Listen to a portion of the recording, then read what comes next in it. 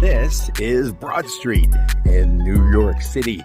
It is a wide pedestrian-only street, and it's wide because there once was a stream that ran right down the middle, about where this is right here.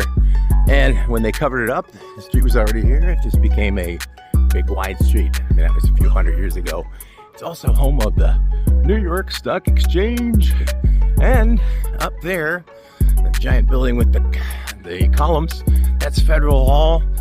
And if I zoom in over here, you'll see George Washington. There's a statue of him. Why? Because that's where he was inaugurated. Our very first president of America was inaugurated right there, gave the first address to the first Congress inside Federal Hall. Pretty neat. It's free if you ever get here. I am at Wall Street.